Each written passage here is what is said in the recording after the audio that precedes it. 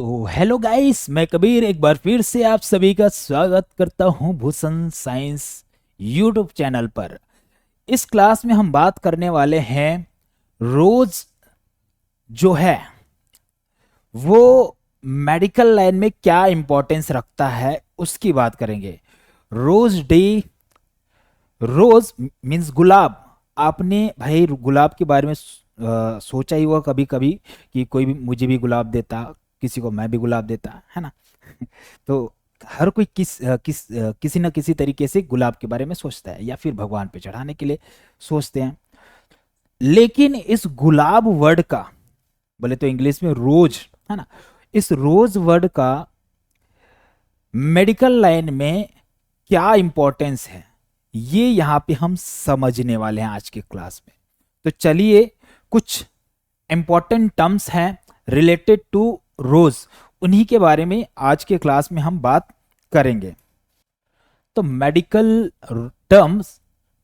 Rose terms and their meaning, मतलब उसके meaning भी पढ़ेंगे, है ना। और इस टेबल में आप देख पा रहे हैं यहाँ पे सीरियल नंबर, रोज रिलेटेड जो टर्म है वो इस रो पे रहेगा, पूरे रोज रिलेटेड टर्म्स इस रो पे रहेगा। बोले सर कौन से डिजीज में आपको वो टर्म्स देखने को मिलेगा, साथ ही साथ कारण क्या है, मतलब इस डिजीज का कारण क्या है और उस डिजीज में और क्या क्या हमको लक्षण देखने को मिलता है, ये सब की बात हम आज की इस क्लास में डिस्कस करने वाले हैं। तो सर पहला जो रोज रिलेटेड टर्म्स है वो है रोज साइन। बोले क्या? रोज साइन। तो रोज साइन जो हमको जो देखने को मिलता है वो हमको देखने को मिलता है सर डीप वेन थ्रोम्बोसिस में। तो डीप वेन थ्रोम्बोसिस क्या है सर? आपका जो वेन है ना, डीप वेन है, उसमें थ्रोम्बस का फॉर्म हो जाता है, उसमें क्लोट फॉर्म हो जाता है, वो डीप वेन थ्रोम्बोसिस है और उसी में हमको देखने को मिलता है रोज साइन। बोले सर कारण क्या है ये डीप वेन थ्रोम्बोसिस होने का? तो डीप में जो वेन होता है उसमें ब्लड का क्लॉट हो जाता है, ब्लड क्लॉट हो जाता है और खासकर ये लेग्स में होता है बेटा, पैरों में होता है, इसे हम बोलते हैं डीप वेन थ्रोम्बोसिस। और डीप वेन थ्रोम्बोसिस में आपको क्या क्या लक्षण देखने को मिलता है? तो एक तो हमको देखने को मिलता है सर स्वेलिंग, दूसरा पेन और रेडनेस। स्वेलिंग रहेगा, पेन रहेगा, रेडनेस रहेगा लेग पे, जिस साइड पे क्लॉट बना हुआ है, और साथ ही साथ वो जगह गरम गरम सा फील होगा, वार्मथ होगा, है ना। बोले क्यों सर? क्योंकि वहां पे ब्लड जो है वो रुका हुआ इकट्ठा है इसीलिए, है ना। एंड ओके, तो ये सब चीज आपको वहां पे देखने को मिलेगा अगर भाई साहब रोज सॉरी अब अगर डीप वेन थ्रोम्बोसिस हुआ है तो। बोले अगला बात करते हैं, अगला जो इंपॉर्टेंट साइन है वो है रोज स्पॉट। बोले रोज स्पॉट ये कहाँ पे देखने को मिलता है? तो अगर किसी को टाइफॉइड फीवर होता है, टाइफॉइड फीवर, तो उसमें हमको क्या देखने को मिलेगा सर? रोज स्पॉट देखने को मिलेगा। और रोज स्पॉट टाइफॉइड फीवर में देखने को मिलेगा। और इसका जो कारण है टाइफाइड का, आपने कभी ना कभी तो सुना ही होगा कि सैल्मोनेला टाइफी या फिर टाइफी ओ, टाइफी एच, इस तरह से जब टाइफाइड का कभी टेस्ट कराए होंगे तो आपने देखा ही होगा, है ना। तो उनमें से कोई सा भी बैक्टीरिया हो, है ना, सैल्मोनेला ग्रुप का बैक्टीरिया, तो उस केस में टाइफाइड फीवर कॉज कर सकते हैं, जिसको हम एंटेरिक फीवर के नाम से भी जानते हैं इसको, है ना, एंटेरिक फीवर के नाम से भी जानते हैं टाइफाइड को हम। ओके, अब बात करते हैं टाइफाइड में हमको क्या लक्षण देखने को मिलता है। तो सर टाइफाइड जिसको होता है उसमें एक तो हमको फीवर देखने को मिलता है, कॉमन है ना, फीवर तो आएगा ही आएगा। दूसरा सर उसको एब्डोमेन में पेन होगा। बोले एब्डोमेन पेन होने का रीजन क्या है? मैंने इसको क्या बोला? एंट्रिक फीवर। एंट्रिक का मतलब क्या होता है सर? इंटेस्टाइन। क्या होता है? इंटेस्टाइन। तो इंटेस्टाइन इसमें अफेक्टेड रहता है, मतलब आपका एब्डोमेन अफेक्टेड है और इसीलिए आपको एब्डोमेन में पेन होगा बेटा, है ना। अगला रोज कलर स्पॉट यहाँ पे आपको एब्डोमेन में देखने को मिलेगा, मतलब एब्डोमेन में आपको रोज कलर का आपको छोटा छोटा स्पॉट यहाँ पे आपको देखने को मिलता है, वही होता है बेटा रोज स्पॉट। ओके, अगला यहाँ पे बात करते हैं रोज वेलर टेस्ट की। अगला जो रोज टर्म्स है वो है रोज वेलर टेस्ट। ये रोज वेलर टेस्ट की अगर हम बात करें तो ये हम कहां पे करते हैं? ये टेस्ट है बच्चों, है ना।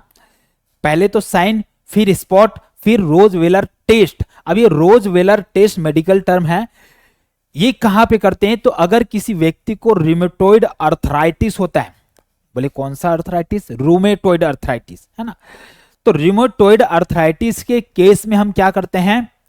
रोज वेलर टेस्ट करते हैं। बोले सर ये रूमेटॉइड अर्थराइटिस किसके कारण होता है? तो ऑटो इम्यून होता है, इन्फ्लामेशन के कारण होता है। ऑटो इम्यून का मतलब हमारा ही इम्यूनिटी हमारे ही को क्या करेगा? क्षति पहुंचाएगा, तो वो ऑटो इम्यून डिजीज कहलाता है। तो ऑटो इम्यूनिटी के वजह से क्या होता है बेटा?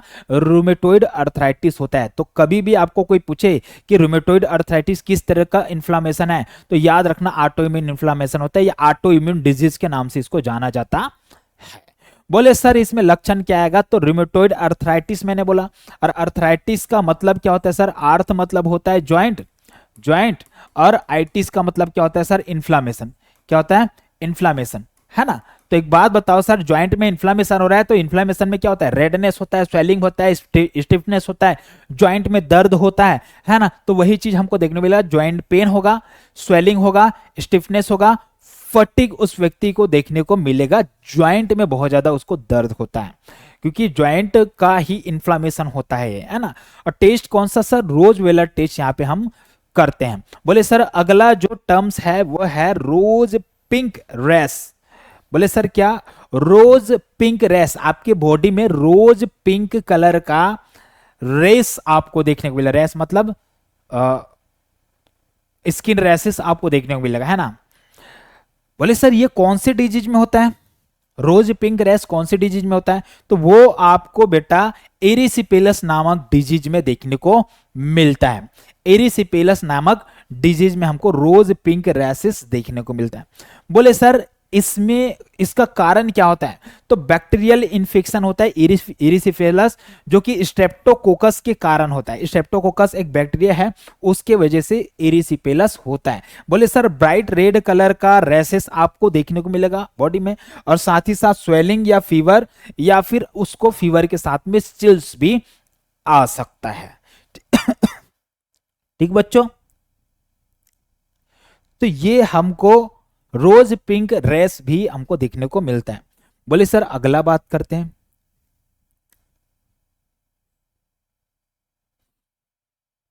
ओके, अगले पेज में फिर से देखिए, यहां पे अगला जो रोज है, वो रोज टर्म है, वो है रोज थ्रॉन अल्सर। रोज थ्रॉन अल्सर, रोज थॉर्न अल्सर। तो रोज थॉर्न अल्सर जो है वो हमको क्रोन्स डिजीज में देखने को मिलता है। ये क्रोन्स डिजीज क्या है सर? तो ये जीआई डिसऑर्डर है। ये क्या है? जीआई डिसऑर्डर है, मतलब गैस्ट्रो इंटेस्टाइनल ट्रैक का डिजीज है क्रोन्स डिजीज। बोले इसमें क्या होता है? तो क्रोन्स डिजीज में क्या होता है ये बाद में जानेंगे, लक्षण बाद में जानेंगे। पहले समझते सर क्रोन्स डिजीज का कारण क्या है। तो सर ये क्रोनिक इन्फ्लामेटरी बावेल डिजीज होता है, जिसका कारण अननोन होता है। ठीक है, अननोन होता है। बाकी रिस्क फैक्टर के रूप में आप ले सकते हो कि भाई अगर आपका डाइटरी पैटर्न सही नहीं है, अगर आपको कोई और अदर बीमारी है, अगर आप कोई मेडिकेशन लंबे समय से लेते हो, तो ये सब चीज ट्रिगर कर सकता है। ठीक है, कोई ड्रग्स वगैरह ये सब चीज की आदी हो, अल्कोहल रेगुलर लेते हो, तो ये सब चीज ट्रिगर कर सकता है। स्मोकिंग के कारण भी ट्रिगर कर सकता है क्रोन्स डिजीज। बोले सर क्रोन्स डिजीज में लक्षण क्या आएगा, है ना। क्रोन्स डिजीज में लक्षण क्या आएगा? तो चलिए बात करते हैं लक्षणों की। सर पहली बात तो ये एब्डोमेन या कहूं गैस्ट्रोइंटेस्टाइनल ट्रैक का डिसऑर्डर है, तो क्या पेट में दर्द होगा? अरे हाँ बिल्कुल पेट में दर्द होगा। क्यों दर्द नहीं होगा? इन्फ्लामेशन हुआ है ना। अरे किसमें इन्फ्लामेशन? बावेल में इन्फ्लामेशन हुआ है, और बावेल में इन्फ्लामेशन हुआ है तो दर्द तो होगा ही होगा। बोले एब्डोमेन में पेन बहुत होगा। तो पहला साइन तो भाई आपको एब्डोमिनल पेन यहाँ पे देखने को मिले। अरे दूसरा क्या देखने को मिलेगा? डायरिया भी देखने को मिल सकता है। बोले क्यों डायरिया होगा? अरे भाई साहब उसके जो बावेल है, उसके जो बावेल है इसमें हो गया सर इन्फ्लामेशन। इसमें क्या हो गया सर? इन्फ्लामेशन, उसकी वजह से स्वेलिंग। अब स्वेलिंग है तो बेटा उसमें पेरिस्टाल्सिस मूवमेंट भी बढ़ जाती है। पेरिस्टाल्सिस मूवमेंट बढ़ेगी तो उस व्यक्ति को क्या होगा? डायरिया होगा। अरे क्या होगा? डायरिया होगा, है ना। डायरिया होगा और दर्द भी होता है ना, मड़ोड़ वाला दर्द होता है, एकदम मड़ोड़ मड़ोड़ के स्माज्मिक पेन बोलते हैं उसको। इस तरह का दर्द उसको ज्यादा होता है। ठीक है, तो याद रखेंगे डायरिया होता है, एब्डोमेन पेन होता है सर, उसको अल्सर भी हो जाता है। बोले कहाँ अल्सर होता है सर, तो उसके जो अफेक्टेड पार्ट्स होता है उसमें अल्सर हमको देखने को मिलता है। और वजन बेटा तेजी से घटता है। बोले वजन क्यों घट रहा है बेटा, अरे वजन इसलिए घट रहा है क्योंकि उसको डायरिया हो रही है। अरे डायरिया हो रही है तो क्या उसके बॉडी से न्यूट्रिएंट्स लॉस होगा, न्यूट्रिएंट्स लॉस होगा। अरे हाँ सर न्यूट्रिएंट्स तो लॉस होगा। अरे न्यूट्रिएंट्स का लॉस होगा तो बताओ उसके शरीर में रहेगा क्या, अरे कुछ नहीं रहेगा सर। और इसीलिए उस व्यक्ति को क्या हो जाता है, वेट लॉस हो जाता है। अब एक चीज यहाँ पे और मैं बता रहा हूं बेटा, अगर किसी को डायरिया होता है तो डायरिया के केस में क्या होता है, फ्लूइड का भी लॉस होता है। डायरिया के केस में क्या होता है, फ्लूइड लॉस भी होता है। अब एक बात मुझे बताओ, किसी के शरीर से फ्लूइड का लॉस हो जाए, किसी के शरीर से फ्लूइड का लॉस अगर हो जाए तो शरीर में फ्लूइड बचेगा क्या, अरे नहीं, कहाँ कहाँ से बच जाएगा, लॉस हो गया तो कहाँ से बचेगा। अरे चलो ठीक है फ्लूइड का लॉस हो गया, उसके बाद क्या होगा, उसके बाद होगा ये कि उसके शरीर में हमको डिहाइड्रेशन देखने को मिला। बोले ये डिहाइड्रेशन क्या होता है, पानी की कमी हो जाना ही डिहाइड्रेशन कहलाता है। तो उस केस में उसका प्लाज्मा लेवल कम रहेगा, ब्लड काफी थिक हो जाएगा, मतलब विस्कोसिटी बढ़ जाएगी ब्लड की, है ना। तो ये कुछ हमको देखने को मिलता है। और प्लाज्मा में आपको जो हेमेटोक्रिट लेवल है वो भी आपको ज्यादा देखने को मिलेगा। ठीक है, तो ये सब चीज आपको अगर डायरिया होता है तो देखने को मिलेगा, है ना। और डायरिया तो वहां पे देखने को मिलता ही है। ओके, तो फ्लूइड लॉस होगा तो एक चीज और याद रख लो, डिहाइड्रेशन हो जाएगा, डिहाइड्रेशन हो जाएगा।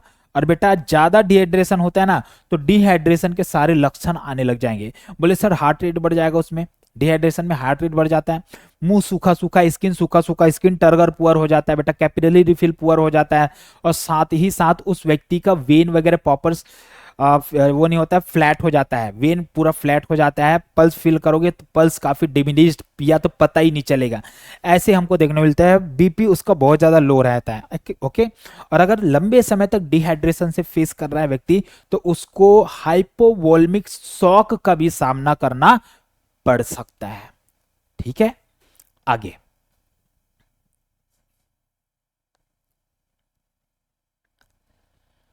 अगला जो टर्म है वो है रोज बेंगल स्टेन। रोज बेंगल स्टेन, बोले ये किस में करते हैं सर, तो एक डिजीज है, बोलते हैं उसको शॉग्रेन सिंड्रोम। अरे आंखों का प्रॉब्लम है, शॉग्रेन सिंड्रोम आंखों का प्रॉब्लम है। उसमें जो हम टेस्ट करते हैं या उसमें जो हम स्टेनिंग करते हैं वो है रोज बेंगल स्टेन। ये रोज बेंगल स्टेन हम शॉग्रेन सिंड्रोम में करते हैं, ये मत बोलना बेटा। अच्छा, कोई कोई इसको जॉग्रेन सिंड्रोम भी बोलते हैं तो शॉग्रेन सिंड्रोम है। शॉग्रेन सिंड्रोम जो है ये भी एक ऑटो इम्यून डिसऑर्डर होता है जिसमें हमारा ही इम्यूनिटी हमारी बॉडी पार्ट्स को क्या करता है, अफेक्ट करता है। ठीक है, तो याद रखेंगे ये भी एक ऑटो इम्यून डिजीज होता है। And then affecting moisture producing gland, मतलब आपके जो आई रीजन में मॉइस्चर प्रोड्यूसिंग ग्लैंड होता है मोस्टली आई रीजन में, उसको यह अफेक्ट करता है।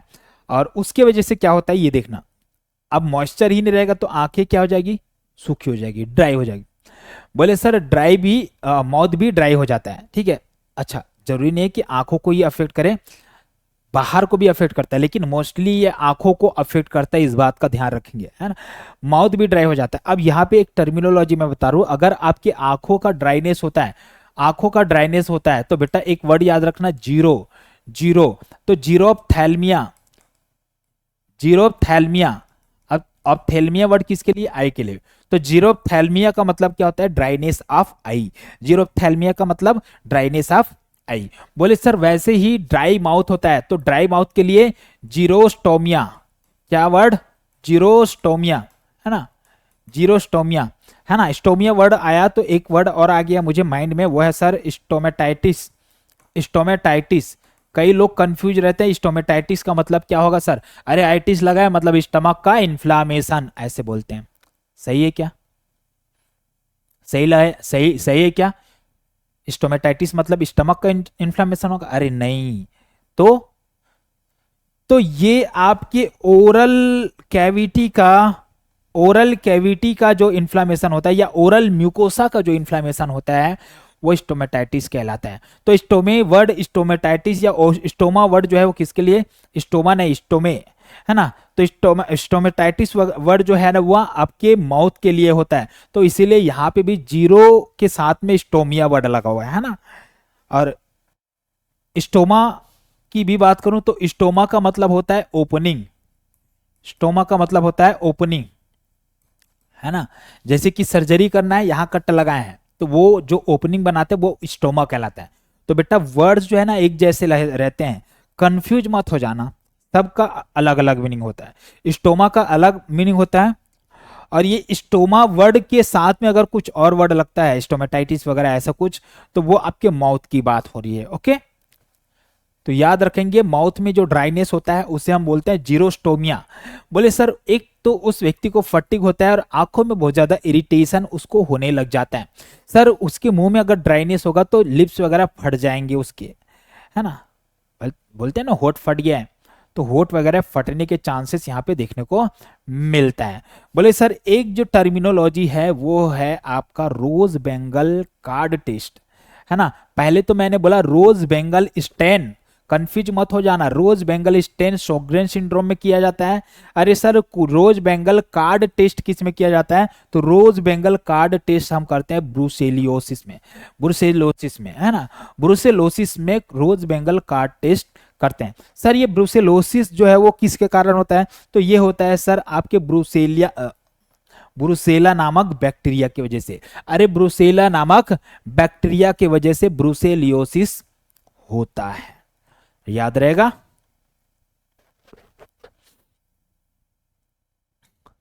अच्छा ये ब्रुसेलियोसिस बैक्टीरिया कहाँ होता है, दूध में, है ना।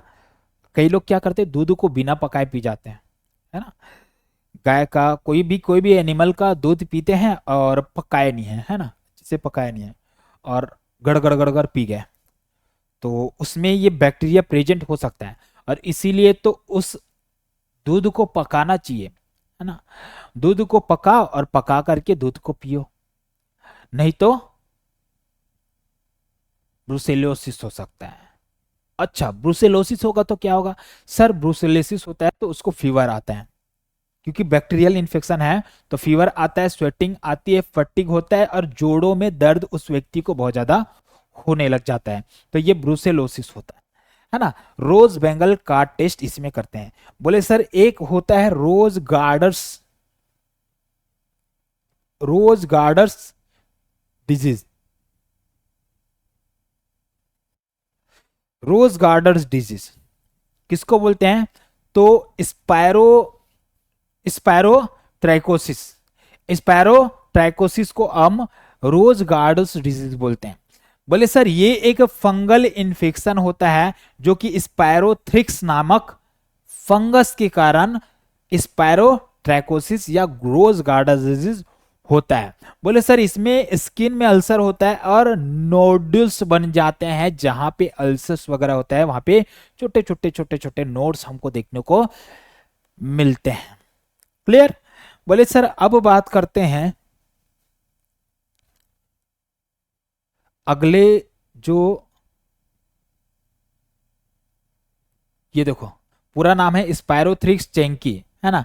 पूरा नाम स्पायरोथ्रिक्स चैंकी बोला जाता है ना। कहाँ पे रहता है सर, तो प्लांट या सोइल वगैरह में रहता है। बोले कौन, स्पायरोथ्रिक्स चैंकी नामक जो फंगस होता है ना वो प्लांट में या तो फिर आपके जो सोइल वगैरह है उसमें रहता है। ओके,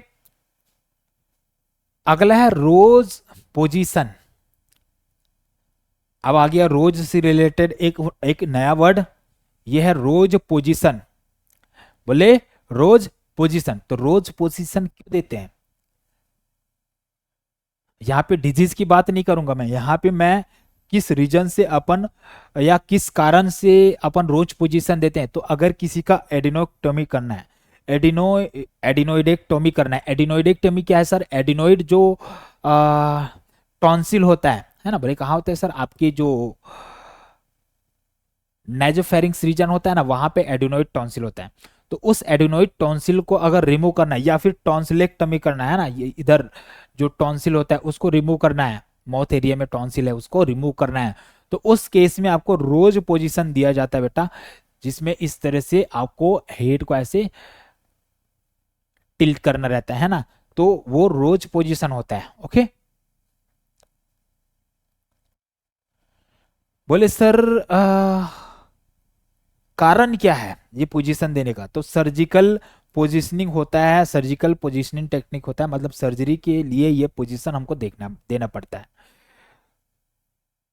बोले सर सिम्टम्स भी यहाँ पे देख लो, यूज फॉर सिम्टम्स, मतलब यहाँ पे सिम्टम्स की बात नहीं करेंगे, use for medical better surgical access for tonsil या एडोनोइड रिमूवल, मतलब टॉन्सिल या एडोनोइड ग्लैंड, सॉरी एडोनोइड जो टॉन्सिल होता है उसको रिमूव करने के लिए हमको ये पोजीशन देना पड़ता है। यहाँ पे कोई स्पेसिफिक सिम्टम्स की बात नहीं कर रहे हैं हम, है ना, क्यों देते हैं ये बात कर रहे हैं। ओके, तो ये रोज पोजीशन की बात होगी बेटा, ये टर्मिनोलॉजी है, याद रखना। एक जो टर्म है वो है rose water syndrome, rose water syndrome. Rose water syndrome जो होता है ना, वो एक एक्स लिंक्ड हाइपरगोनेडोट्रोपिक हाइपरगोनेडिज्म, हाइपरगोनेडोट्रोपिक हाइपरगोनेडिज्म एक एक्स लिंक्ड डिजीज होता है। उसकी वजह से हमको रोज वाटर सिंड्रोम होता है ना, हाइपरगोनेडोट्रोपिक हाइपरगोनेडिज्म। बोले सर इसका कारण क्या है? तो एक जेनेटिक डिसऑर्डर होता है जिसपे हमारा जीन के म्यूटेशन की वजह से मेल में जो हार्मोन प्रोडक्शन है वो अफेक्ट होता है ना, मेल में हार्मोन प्रोडक्शन अफेक्ट हो जाता है। अब इसके कारण क्या होता है? स्टेरिलिटी देखने को मिलता है। बोले ये स्टेरिलिटी क्या है सर? स्टेरिलिटी वर्ड क्या है? तो स्टेरिलिटी का मतलब होता है जब कोई व्यक्ति है चाह रहा है कि मैं अब अपने बाल बच्चे पैदा कर लें, लेकिन वो बाल बच्चे पैदा नहीं कर पा रहे, बाप नहीं बन पाएगा, वो कंडीशन कहलाता है स्टेरिलिटी। मतलब उसका स्पर्म काउंट कम हो गया, या फिर उसका स्पर्म की मोटिलिटी कम हो गई, स्पर्म की क्षमता कम हो गई, वो कंडीशन कहलाता है स्टेरिलिटी। उम्मीद है क्लियर हो गया होगा कि स्टेरिलिटी वर्ड का मीनिंग क्या होता है। आगे बढ़ते हैं, उसमें हमको देखने को मिलता है गायनेकोमास्टिया। बोले ये क्या होता है सर? गायनेकोमास्टिया का मतलब होता है कि उस व्यक्ति में फीमेल जैसे ब्रेस्ट का डेवलपमेंट हमको देखने को मिलता है, ब्रेस्ट का डेवलपमेंट हमको देखने को मिलता है। बोले ऐसा क्यों हो रहा है सर? क्योंकि उसको X linked hyper gonadotropic hyper gonadism हुआ है, इसीलिए उसके बॉडी में फीमेल हॉर्मोन्स जो है वो क्या हो जाते हैं? एक्टिव हो जाते हैं, है ना। अगला बेटा एक्स लिंक मतलब समझ रहे हो ना, जैसे कि फीमेल में एक्स एक्स रहता है, मेल में एक्स वाई रहता है ना, तो वैसे ही ये एक्स लिंक डिजीज होता है ना। अगला, अच्छा, अंडर डेवलप्ड सेक्स ऑर्गन, जैसे कि उस व्यक्ति में जो सेक्स ऑर्गन जो जितना डेवलप होना चाहिए था उतना डेवलप नहीं हो पाता, है ना। लास्ट में बात करेंगे बेटा रोज फीवर की, लास्ट में जो है वो है रोज फीवर, है ना। बोले ये रोज फीवर जो है वो किस में देखने को मिलता है सर? तो रोज फीवर हमको हे फीवर में देखने को मिलता है। रोज फीवर किस में? हे फीवर में देखने को मिलता है, जिसको एलर्जिक राइनाइटिस भी बोलते हैं हम। बोले सर ये किसके कारण होता है? तो पोलेन, पोलेन समझते हो ना, जो ग्रास रोज वगैरह का पोलेन निकलता है ना, जो पराग का निकलता है, उसके कांटेक्ट में आने से एलर्जी होती है और हे फीवर होता है। बोले सर इसमें स्नीजिंग होती है, रनी नोज होता है, नाक बहते रहेगा, और इची आई मतलब आंखों में जलन वगैरह, आंखों में थोड़ा खुजली वगैरह होते रहेगा, और नेजल कंजेशन हो जाता है, नाक भरा भरा सा हो सकता है। तो अगर बेटा नाक बहेगा तो नाक भरा नहीं भरा भरा हो भी सकता है ना, भरा हो भी सकता है। तो नाक बह सकता है, नाक भरा भरा लग सकता है, आपको इसी आई फील हो सकता है। ये सब चीज हमको क्या किस में देखने को मिलता है सर? तो हमको हे फीवर में देखने को मिलता है। ठीक है, तो याद रखेंगे ये होता है हे फीवर। अब देख लो बेटा एक बार फिर से मैं सारे पॉइंट्स को एक बार फिर से बता रहा हूं कि सर ये जो जितने रोज रोज मैंने बोला कौन कौन से डिजीज में कौन कौन से कंडीशन में आपको देखने को मिलता है। तो सबसे पहले मैंने बात किया रोज साइन के बारे में। तो रोज साइन हमको किस में देखने को मिलता है? डीप वेन थ्रोम्बोसिस में। बोले सर रोज स्पॉट हमको देखने को मिलता है टाइफॉइड फीवर में। बोले सर रोज वेलर टेस्ट हमको किस में देखने को मिलता है, रूमेटॉइड आर्थराइटिस में। रोज पिंक अल्सर हमको किस में देखने को मिलता है, एरिसिफेलस में हमको रोज पिंक अल्सर देखने को मिलता है। बोले सर एक हमको देखने को मिलता है रोज थ्रॉन अल्सर। रोज थ्रॉन अल्सर हमको देखने को मिलता है क्रोन्स डिजीज में। किसमें सर, क्रोन्स डिजीज में देखने को मिलता है, और डायरिया होता है इसमें, याद रखेंगे है ना। एक सर रोज बेंगल स्टेन, और रोज बेंगल स्टेन के साथ में एक रोज बेंगल कार्ड टेस्ट भी होता है। रोज बेंगल स्टेनिंग करते हैं हम सोग्रेन सिंड्रोम में, जबकि रोज बेंगल कार्ड टेस्ट जो होता है वो हम करते हैं ब्रुसेलोसिस में। ब्रुसेलोसिस में रोज बेंगल कार्ड टेस्ट करते हैं। ओके, अगला रोज गार्डर सिंड्रोम, सॉरी रोज गार्डर डिजीज। रोज गार्डर डिजीज हम स्पायरो ट्राइकोसिस में देखने को मिलता है, जो कि स्पायरोथ्रिक्स चैंकी के कारण होता है। रोज गार्डर डिजीज, ओके, स्पायरो ट्राइकोसिस। एक होता है बेटा आपका रोज पोजीशन, जो हम एडिनोइक्टमी या फिर एडिनोइडेक्टोमी या फिर हम टॉन्सिलेक्टोमी में करते हैं। बोले सर रोज वाटर सिंड्रोम हमको देखने को मिलता है एक्स लिंक, मतलब रोज वाटर सिंड्रोम कौन है, कौन सा डिजीज है, तो एक्स लिंक जो हाइपरगोनेडोट्रॉफिक हाइपरगोनेडिज्म होता है वो आपका रोज वाटर सिंड्रोम है। बोले एक लास्ट में आपका रोज फीवर होता है। ये रोज फीवर हमको हे फीवर में ये रोज फीवर होता है, और एलर्जिक राइनाइटिस के कारण होता है, जो पोलन वगैरह या इस तरह के जो डस्ट होता है पोलन वगैरह, उसके कांटेक्ट में आने से जो एलर्जी होती है वो है आपका हे फीवर। ओके, तो रोज फीवर यहाँ पे हमको देखने को मिलता है। तो ये थे कुछ रोज रिलेटेड टर्म्स जो हमको मेडिकल लाइन में देखने को मिलता है, या फिर हमको मेडिकल लाइन में पढ़ना होता है। और ये सब चीज आप याद रखना बच्चों, क्योंकि आपके लिए ये आप आगे बहुत काम के साबित हो सकते हैं। आपको ये सब चीज पता होने चाहिए। ओके, चलिए आज के लिए इतना ही। Thank you so much. जय हिंद, जय भारत दोस्तों।